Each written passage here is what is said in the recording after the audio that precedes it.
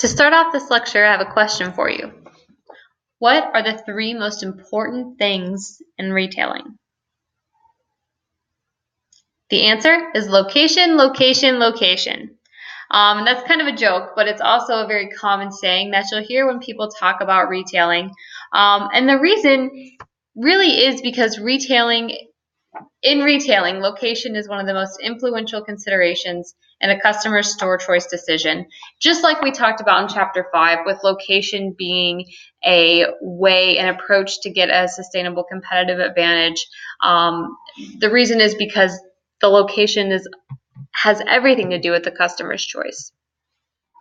Location can determine your success or your failure for 10 to 15 years. Why is that 10 to 15 years? That's the average amount of time that a retailer will lock into a lease when they locate their establishment. So location is critical for many reasons. Chapter 7 is going to introduce us to the more general types of locations that retailers have to choose from.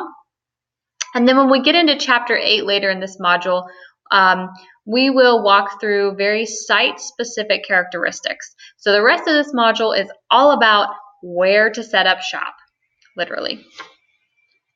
So when we talk about types of locations, there are really two different overarching categories. And the first is unplanned locations, and that's what we're going to walk through now. Unplanned locations do not have a centralized management team that determines what stores will be located where, how they'll be operated. They don't have anyone who's taking care of the parking lot or the landscaping or anything like that. They're basically on their own from a management perspective. Now, what we'll talk about later in Chapter 7 are planned retail locations. Now, planned retail locations often have a shopping center developer or management team that makes and enforces policies that govern store operations. But before we talk about those planned locations, let's look through a list of unplanned retail locations. The largest category of unplanned retail locations are what we call freestanding sites. Freestanding sites are individual, isolated stores that are not connected to any other store, right? So you can see a few pictures of some freestanding sites here, and I'm sure you can go through your head right now and identify a list of freestanding stores in your hometown or even here in Milledgeville. A few advantages to having a freestanding site. And there's a lot of them, and so we're going to walk through some of these advantages and disadvantages for each of these location types. But some of the big advantages to having a freestanding site, the first is ample parking and vehicular traffic. Okay, so when you have a freestanding site, you're the only store in your parking lot, and so you're not sharing parking spaces with anyone else. It allows for very easy vehicle traffic getting in and out of the parking lot. There's usually high visibility. Freestanding stores tend to be rather large and therefore are easy to see. When it comes to cost, rent in freestanding buildings is generally lower than other types of planned retail establishments. Like we talked about with that management team, there's fewer restrictions with freestanding sites. Finally, drive-through windows. You see a lot of freestanding stores be fast food restaurants. And that's because if you're going to have a drive-through window, you need space on all sides of the building for the cars to drive through. Sometimes we do see drive-throughs in planned locations, but generally speaking, drive-through windows are connected to freestanding sites. Now, there's a couple disadvantages to having a freestanding site as well. And the biggest disadvantage is that there's no foot traffic. So you don't have people just walking by who might drop in. People have to drive to your location, and therefore there's no foot traffic. So the second disadvantage is that there's no drawing power. When we talk about drawing power, that means that oftentimes consumers like to shop in an area where there's more than one location. So that drawing power is important. Now, when we talk about drawing power, there is one type of freestanding site that I want to mention to you, and that is what we consider to be an out parcel. An out parcel is a freestanding site. but it's a freestanding store that's located on the premises of a shopping center, generally in the parking lot. We see a lot of fast food retailers, and we see a lot of banks and other service retailers who locate their freestanding site in the parking lot of a planned retail location. And if they are in the parking lot of another location, we call that an out parcel. Okay. So let's move on to the second type of unplanned retail location, which is an urban location. Urban locations, urban areas, these are usually found in very large cities. We break these down a little bit further, so we'll talk about each, but in general, all urban locations are located in large cities or business districts. So the first really type or category of urban locations is the central business district.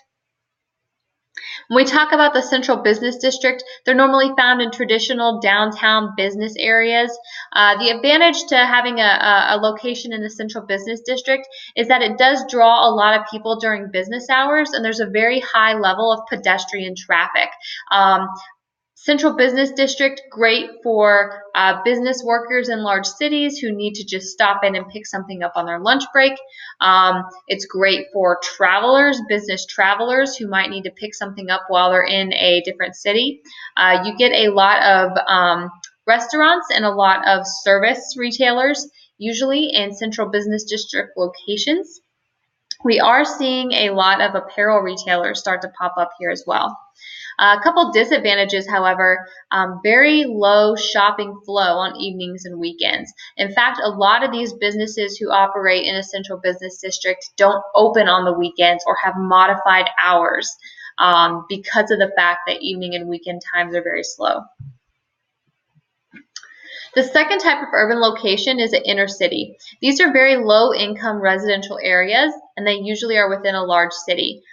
They've really kind of fallen victim to this urban decay. You see lots of empty parking lots, lots of empty lots, lots of empty buildings, and some retailers will choose to open in these areas.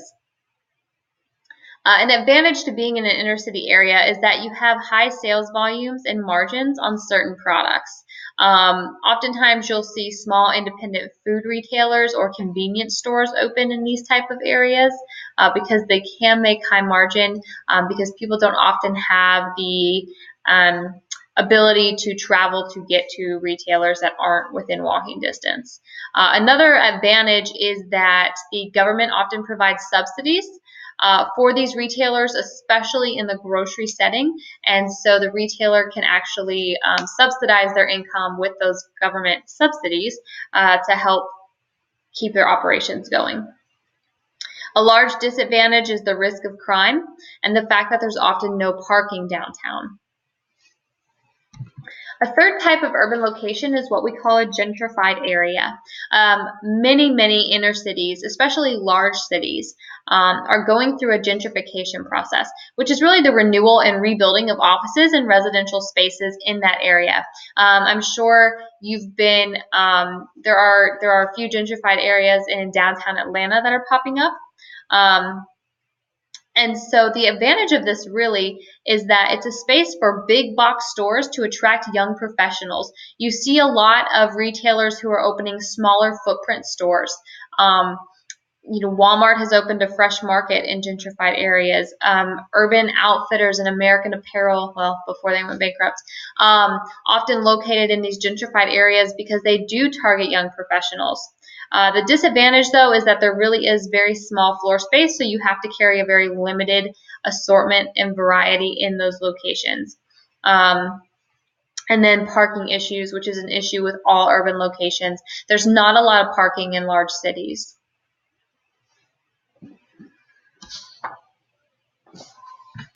The last type of unplanned location is a Main Street location. Now, Main Street locations are your traditional downtown shopping areas in small towns. Or they could also be a secondary shopping area in larger cities, or some suburbs actually have main streets popping up. Our Main Street in Milledgeville is a perfect example of an unplanned retail location in the Main Street format. our main street would be Hancock Street, which I'm sure you've all been up and down recently. So a few advantages to a Main Street location is that it does create a shopping experience for customers.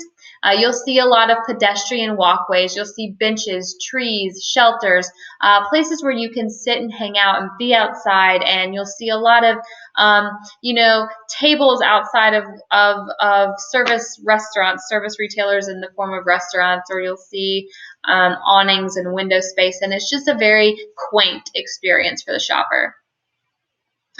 There's cost savings for the retailer, and that's usually because the town will pay for the landscaping, lighting, sidewalk repairs, etc.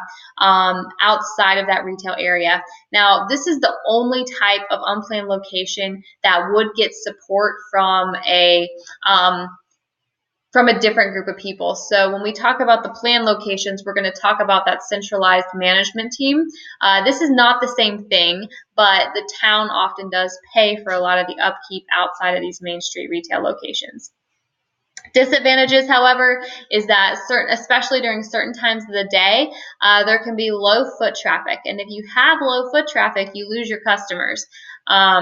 We like to call the summer months the dead months in Milledgeville, right, when a third of the town leaves, and a lot of our downtown retailers have a large decrease in foot traffic and therefore a decrease in business. So that can be a big disadvantage. There's also a lot of restrictions put on the retailer by the town or the city, and those restrictions could be what hours they're allowed to be open, what types of signage they're allowed to put out front, what the store, the facade of the store can actually look like, the colors used, etc. So all of these types of unplanned locations, they're all really great options for retailers to operate in. Generally speaking, there are higher cost in unplanned retail locations than there are in planned retail locations, but the retailers do have a lot more freedom to do what they want with the space and with their operation decisions.